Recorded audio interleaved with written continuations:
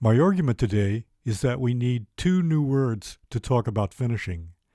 So I'm going to borrow one from mathematics and one from art. This is the first time you will hear either of them dedicated to the idea of finishing something, so you'll have to take my word for it, or rather my two words for it.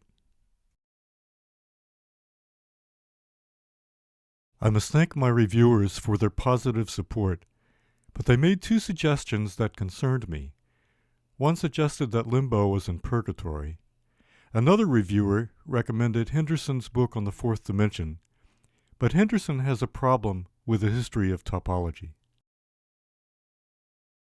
A lot of people say that topology began with Euler's Königsberg bridge problem, which is, can you cross 7 bridges only one time?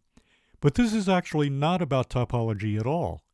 Way too many people have been saying this, so let me clarify.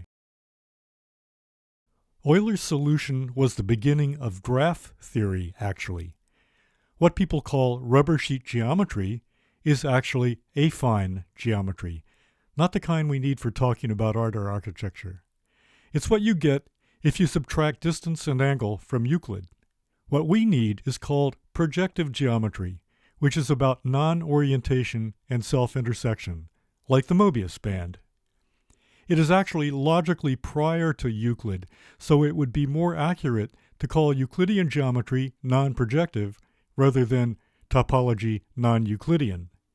Projective geometry's history begins with the theorems of Pappus of Alexandria in 300 AD and gets picked up by the architect Girard Desargues in the 1600s, also Pascal. This is about what's called the real projective plane, a two-dimensional manifold of surfaces such as the Mobius band, torus, and Klein bottle. After a century of neglect, it was picked up again by a troupe of mathematicians such as Euler, Plücker, Gauss, and Riemann. The 19th century was the century of topology, but by the end of it all, this was gone. It became quantum mechanics. To finish in Euclidean terms, the leftovers must lie in the same space they were found. The Hamiltonian is a circuit that includes everything, negatives, latencies, and virtualities, because it must include itself in its own inventory, itself intersecting and non-oriented, like the interior 8.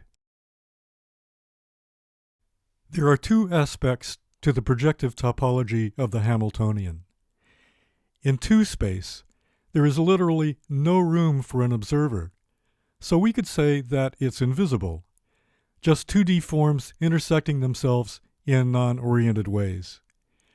But we can picture toruses, Mobius bands, and we can even buy Klein bottles on the internet. But these are immersions of projective forms, a kind of localized addition.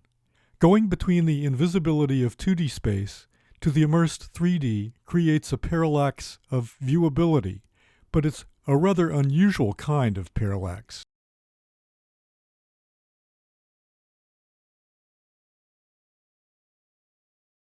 Immersion is the local form of the global idea of the Hamiltonian. A quick way to remember this is that almost everything we call uncanny is a local case of the Hamiltonian. And we can use Escher's funny staircase to remember that the local will always involve a combination of contradictory forces, such as both going up and going down. This is called the contronym, as we find more in ancient languages where words like sacred mean both revered and despised. The list of topics in what I would call Escher formations is engaging because it's all the stuff that's interesting. All of them are topological in the sense that they involve self-reference and contradiction, the hallmark of projective geometry. Just look at the items on this list. There's nothing here that's not a great dissertation topic, but by the same token, everything here combines the uncanny with topology, so don't use Henderson as your main source. Talk instead about immersion and the need for a second kind of parallax. If I were to give a very short course on the localized Escher formation, it would be a stereogram. This is the pattern that you stare at while looking at infinity. The pattern folds over itself to produce a 3D shape. This is how the Escher happens inside ordinary space as a kind of miracle, using our parallax interaction to emerge as a kind of origami fold.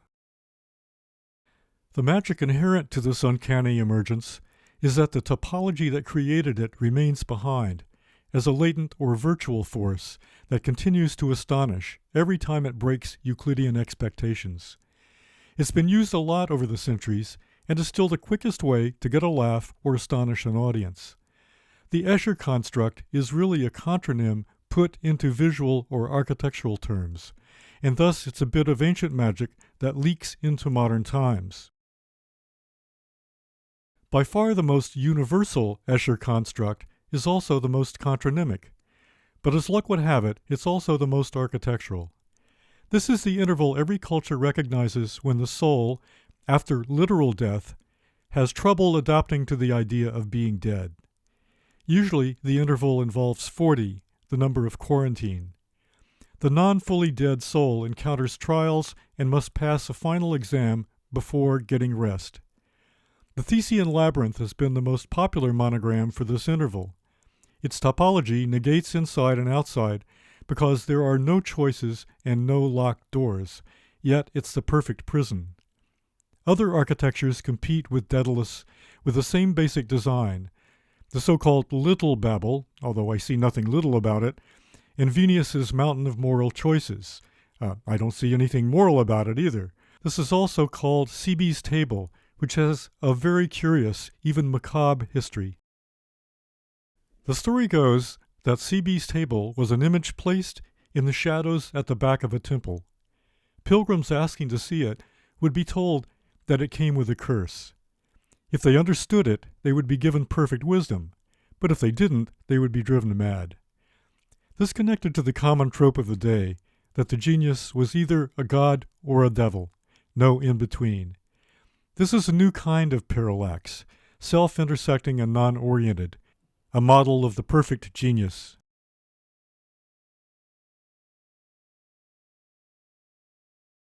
This whole thing is the topology of the labyrinth, a monster on the inside, and a post-victory escape plan. The fractal design means that it was also non-orientable, combining centrifugal and centripetal movements in one concentric design. All Escher formations are basically concentric. They emerge and radiate out, but rituals radiate in. They maintain the idea of opposition or two-ness. Classical heroes begin as sets of twins, one mortal, the other immortal, meaning dead. So when we look at ancient cities, always founded by heroes, we also expect the theme of doubles, who are also antagonists. Possibly the most famous double heroes, also related to the most famous foundation myth, are Romulus and Remus. As you know, one gets killed, the other becomes king. But this isn't just about sibling rivalry. Ancient kingship was conceived as a relation between a mortal ruler and an immortal shadow double. The sacrifice of one twin is essential to the story, and in the foundation of Rome, it's a key detail. When Romulus plowed a furrow to mark the placement of the walls, he created a special cut called catagraphine, an ancient term designating magical boundaries that allowed inside and outside to communicate on certain conditions. When Remus mocked the pomerium cut, he became the designated non-survivor, the sacrifice necessary to consecrate the boundary. But this ritual had to be renewed regularly. No one was allowed to build over this space. The two walls on either side protected both the walls and the city by trapping spiritual invaders. Essentially, it was a torus, self-intersecting and non-orientable. According to Roman law, this space was actually the only actual city of Rome. The spaces to either side were just territories.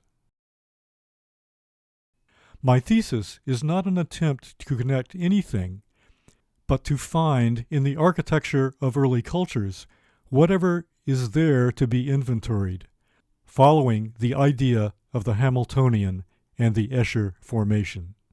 Concentricity, with out and in happening at the same time, with non-oriented self-intersection happening all the time, the Escher localities of the Hamiltonian idea of completion structured all of what we would call service voids of early cultures. Like the torus, these had two voids, one continent, the other incontinent, or like Romulus and Remus, one mortal, the other immortal. Why? Because in early cultures, containment was the key issue. You could not perfectly contain yourself without being imprisoned, a form of premature burial. But you could not include good spirits without including bad ones, slipping in at the same time. The two-void design was imperative. This design was integrated into the rituals, performances, settlement designs, and dynamics of household interiors, where each family localized its own religion at the point of the hearth and the flame that connected to the ancestral dead.